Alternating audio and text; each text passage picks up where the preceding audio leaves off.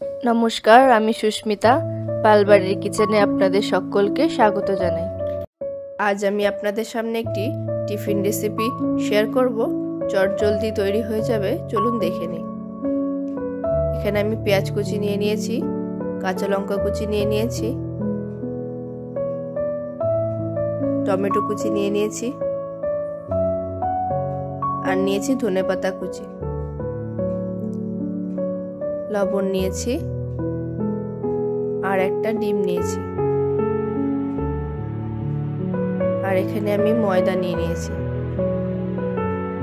একটা বাটিতে আমি এখানে ময়দা নিয়ে নিচ্ছি 4 চামচ।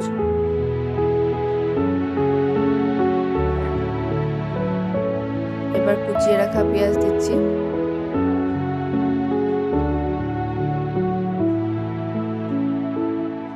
এক চামচ পেঁয়াজ দিলাম, লঙ্কা দিলাম পরিমাণ মতন, ঝালটা আপনারা আপনাদের পছন্দ মতো দিয়ে দেবেন। এবার দিলাম টমেটোটা,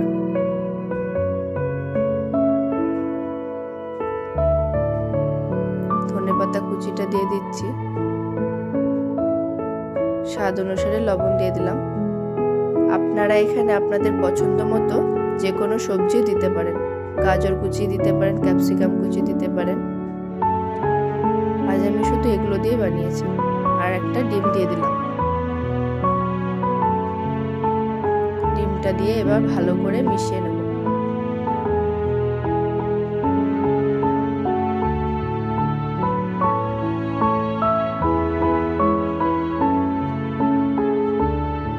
সামান্য জল দিয়ে দেব।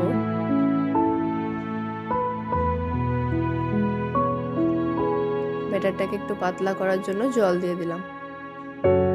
ভালো করে এবার ফেটিয়ে নিতে হবে।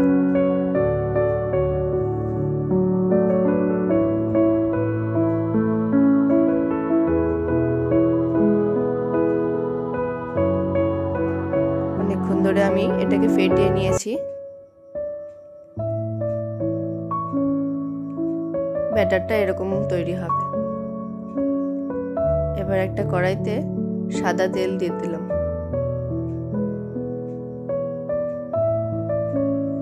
এবার ব্যাটারটা ঢেলে দিলাম। ভীষণই চটজলদি তৈরি হয়ে যাবে, আপনারা টিফিনে বানাতে পারেন। এবার এটাকে ঘুরিয়ে চারিদিকে ছড়িয়ে নেব।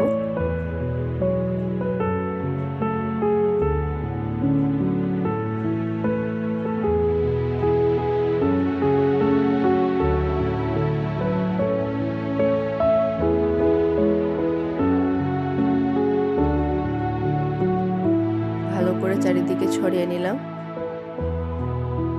এবারে ঢাকনা দিয়ে একটু ঢেকে দেব 2-3 মিনিটের জন্য।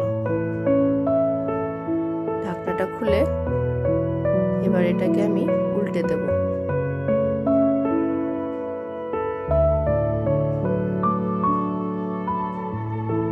আর একটা পাশ ভালো করে এভাবে ভেজে নেব।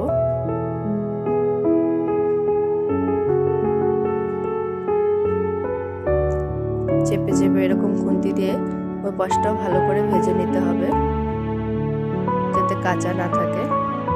আবারও উল্টে ওই পাশটা আরেকটু ভেজে নেব।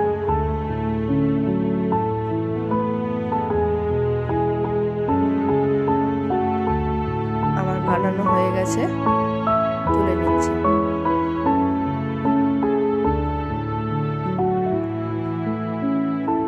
আপনারা আপনাদের পছন্দ মতন শেপে কেটে এটা সস দিয়ে পরিবেশন করবেন।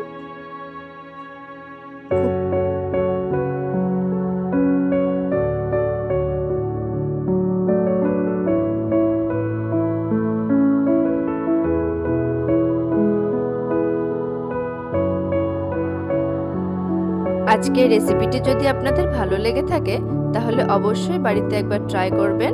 আর আমার ভিডিওটিতে একটা লাইক করে দেবেন, চ্যানেলটা সাবস্ক্রাইব করে বেল আইকনটা প্রেস করে দেবেন। ধন্যবাদ।